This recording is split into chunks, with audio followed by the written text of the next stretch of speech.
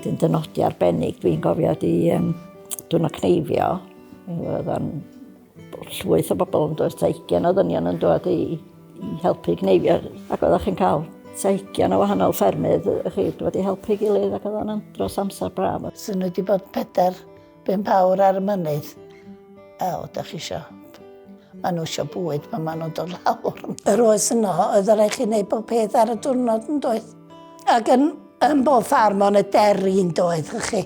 A wedyn y lechau las oedd yn fel ar... dim a lawr, ond oedd hi'n uwch, oedd hi'n step uwch fel yna. Ac honno oedd eich ffyrich chi mewn ffordd. A chi glwad nhw'n canu ac yn beth ar y ffordd i fyny yw iedd yn hwnna.Wn i wrth y modd yn cael mynd i edrych arnyn nhw mynd i fyny ac yn dod lawr wedyn gyda'r nos. Efo gwedd o ffyla, ni'n troi y cua yna i gyd a bob peth efo cyffyla de. Oedd yn diwrnod trist ofnadwy. Ofnadwy gweld yr holl cyffyla yma'n mynd de.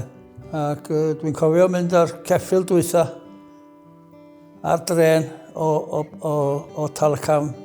Dwi'n meddwl bod y cwbl yn mynd i cael ei lladd de. Mynd i Ffrainc. Ni wedi bod yn gweithio'n galad o dweud y gwir.